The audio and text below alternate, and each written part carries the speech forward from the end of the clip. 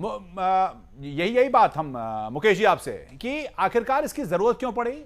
और एक बड़ा उनके बयान के बाद एक जो बड़ी स्थिति देखने को मिली अजीबोगरीब कि कांग्रेस के यहां तमाम प्रवक्ता, तमाम बड़े नेता बचते नजर आए।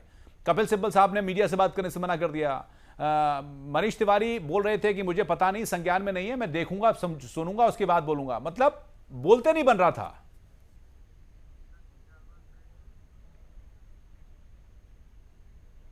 देखिए, मुझे उम्मीद है कि थोड़ा मेरी बात आप ध्यानपूर्वक सुनेंगे। जी हाँ। पहली बात तो ये जी कि अध्यादेश आने के पहले राहुल गांधी जी ने पत्र लिखा था कि इनसे इस अध्यादेश से उनकी सहमति नहीं है।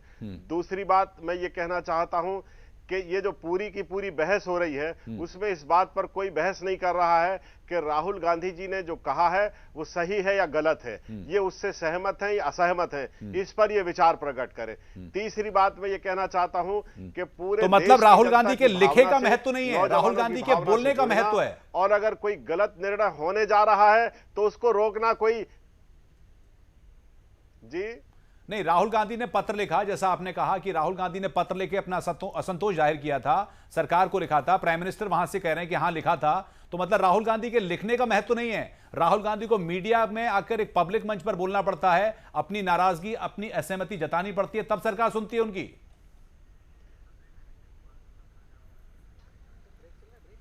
देखिए कितना कंट्राडिक्शन है, कितना भास से आ रहा है आप लोगों के बयानों से।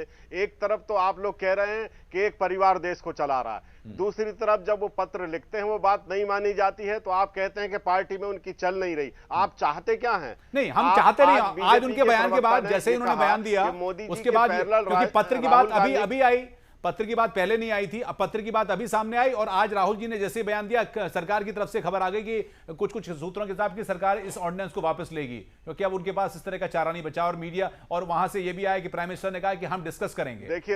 देखिए सुनिए मेरी बात। राहुल गांधी के बयान के बाद कोई इसमें कोई दो राय नहीं है, पूरी पार्टी का एक सुर है, एक वाणी है। और जो राहुल गांधी हैं इस पार्टी के बिल्कुल निर्विवाद नेता नहीं है। राहुल गांधी मोदी की तरह नहीं है जो अपनी पार्टी के अंदर नेता बनने के लिए संघर्ष कर रहे हैं। वक्त ब्रेक का चला है, ब्रेक पे आपको रोक रहा हूं, ब्रेक के बाद यही बात करूंगा कि क्या वाणी है, एक कार्यकर्ता का सुर है, एक कार्यकर्ता की। ठीक बात। गांधी के इस बयान पर हम भोपाल से चूंकि हमारे साथ जुड़े हुए हैं मुकेश जी, उनसे हम बातचीत कर रहे थे, मुकेश नायक जी। उन्होंने कहा कि ये दृढ़ शक्ति है, लेकिन भाजपा की तरफ से श्रीकांत जी हमारे साथ हैं।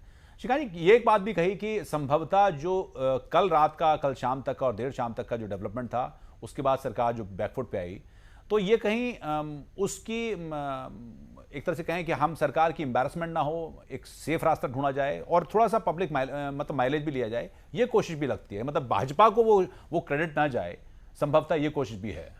निश्चित रूप से ये कोशिश है। जब कांग्रेस पार्टी को लगने लगा कि बीजेपी पार्टी इसको गेन कर रही है और राष्ट्रपति ने कांग्रेस के लोगों को भी डायरेक्ट इंडिकेट कर दिया कि मैं इसको वापस करने वाला हूं, तो सरकार की फजीयत होने से पहले क्यों ना इसका क्रेडिट राहुल बाबा को दे दिया जाए। तो राहुल बाबा के साथ जो आसपास उनकी टीम के जो लोग काम करते हैं, जो भी बाबा लोग हैं, तो उन्होंने उनको एडवाइस किया होगा कि भाई आप ये क्रेडिट ले लो। और इसीलिए वो सडनली आए प्रेस कॉन्फ्रेंस में, सबके सामने अचानक प्रकट हो गए और अपना शब्द जो उनको बोलना था उसके बोलने के तुरंत बाद वो अंतर्ध्यान हो गए। उन्होंने एक शब्द का इस्तेमाल किया कि नॉनसेंस है। देश की जनता ये जानना चाहती है कि जो सरकार जो चल रही है वो भी तो नॉनसेंस चल रही है ना। तो इसका मतलब इस सरकार को आप डंप कर दो। और कांग्रेस की ये स्ट्रेटजी भी है कि जैसे ही चुनाव नजदीक आएगा ये धीरे धीरे इन लोगों को डंप करते चले जाएंगे और अपने आप को इस तरीके से देश की जनता के सामने लेकर आएंगे कि इनसे बड़ा हरिश्चंद्र कोई नहीं है। यानी कि पहले 10 साल देश की जनता को लूटो, जो आपने जो वायदे किए थे उन वायदों पर आप पूरा नहीं कर पा रहे हैं, तो अब एक्टिंग करके ये दिखा के, कभी बाजू ऊपर करेंगे, कभी ऐसे करेंगे, कभी कपड़े फाड़ेंगे, कभी कागज फाड़ेंगे, ये जनता को ये दिखाने की कोशिश करेंगे कि नहीं भाई अब हम एक्टिव हैं। संजय जी, आज का दिन वैसे आपके लिए, आपकी पार्टी के लिए, एक तो राइट टू रिजेक्ट वाला भी ऑब्जर्वेशन आ गया और इस पर सरकार की किरकिरी हो गई और कहीं ना कहीं इसको भी वापस लेना पड़ रहा है। देखिए, पूरे देश की जनता पिछले 2 सालों से लगातार भ्रष्टाचार के खिलाफ और देश में जो कुछ भी चल रहा है, 2G, CWG, कोयला का घोटाला, ये सारे जो भ्रष्टाचार के मामले चल रहे हैं देश के अंदर, उसको लेके जबरदस्त आक्रोश और गुस्सा है। और ऐसे समय में अगर आप ऐसा ऑर्डिनेंस लेके आएंगे, आज अरविंद केजरीवाल जी और हम सारे लोग गए थे राष्ट्रपति जी से मिलने और उनसे हम लोगों ने अनुरोध किया कि आप कम से कम ऐसे काले अध्यादेश पे साइन न करें। मेरा सवाल सिर्फ ये है कि जब आपको ये लगने लगा कि प्रशांत भूषण पीआईएल भी दाखिल करने की बात कर रहे थे सुप्रीम कोर्ट में और बहुत सारे लोग पूरे देश के अंदर लामबंद हो रहे थे इसके खिलाफ, तो आप एक नाटक करने के लिए सामने आते हैं और इस तरीके का बयान देते हैं कि फाड़ देना चाहिए। ये पार्लियामेंट की बहस में आपने क्यों नहीं किया? आप एक मेंबर ऑफ पार्लियामेंट हैं, वहां आपने क्यों नहीं कहा कि नहीं साहब, कांग्रेस बीजेपी सारी पार्टियों ने क्यों नहीं कहा कि नहीं ये इस तरीके का ये गलत है, अमेंडमेंट बिल हम लोगों को लाने की जरूरत नहीं है? इस बात को कहना चाहिए था। लेकिन मैं आपसे कह रहा हूं कि जो कुछ भी चल रहा है वो राजनीतिक चालबाजियां देश की जनता समझ रही है। राइट टू रिजेक्ट का आज जो सुप्रीम कोर्ट का कानून आया है, ये स्वागत योग्य है। देश की जनता को पहली बार देश के अंदर यह अधिकार मिलेगा कि ईवीएम मशीन पे नॉन ऑफ हालांकि इस पर बिल्कुल ये बड़ा है, बिल्कुल बिल्कुल लूंगा मैं उदय जी आपसे लूंगा। लेकिन मुकेश जी, आखिर में जो माइलेज लेने की बात या जो संभवतः तारीफ हो सकती थी या फिर जो एक एग्रेशन दिखाया था, आपको लगता है कि वो फायदा मिलेगा? क्योंकि राजनीतिक पार्टियों को ऐसे समय में फायदा भी देखना चाहिए।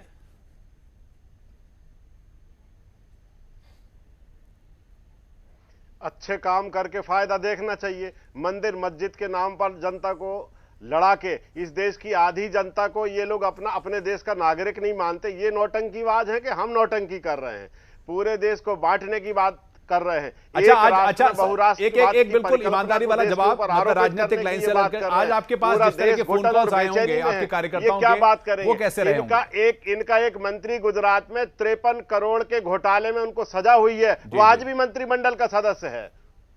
चलिए, ये बात अलग रही। उदय जी, इसका लबोलबाब क्या निकलेगा? कितना फायदा, कितना नुकसान, या फिर किस तरह की स्थिति राहुल गांधी के लिए एक लीडर के तौर पर जो ग्रो करने की कोशिश की जा रही है उनको? देखिए, मुझे तो ऐसा लग रहा है कि कांग्रेस पार्टी ने अपना अहित किया है और आज जिस तरीके से राहुल गांधी ने जो भी बातें कही प्रेस क्लब में, वो सेंस ऑफ टाइमिंग उसका बहुत गलत था।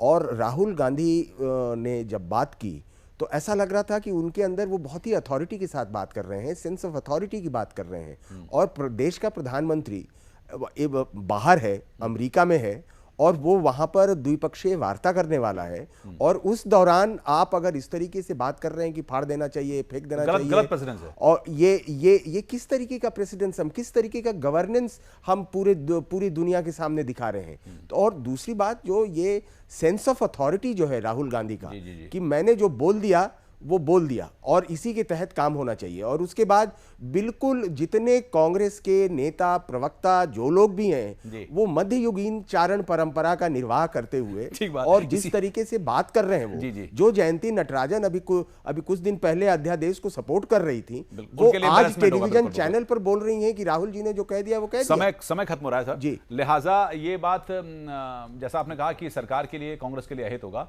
बहुत बहुत धन्यवाद। हालांकि चर्चा और लंबी होती कि आखिरकार क्या है। श्रीकांत जी कुछ कहना चाह रहे थे और उधर संजय जी भी कुछ कहना चाह रहे हैं, लेकिन समय का अभाव, इसलिए माफी चाहूंगा। मुकेश जी, आप भी हमसे जुड़े, बहुत बहुत धन्यवाद अपना पक्ष रखने के लिए कांग्रेस की तरफ से। उदय जी, आपका भी धन्यवाद। संजय जी, आपका भी शुक्रिया। श्रीकांत जी, आपका भी धन्यवाद। खास कर में आज इतना ही कि आखिरकार देश को चला कौन रहा है ये, और राहुल गांधी का एग्रेशन आखिरकार उनके लिए और उनकी पार्टी के लिए कितना मुफीद होगा, ये आने वाला वक्त बताएगा। खास कर में इतना ही।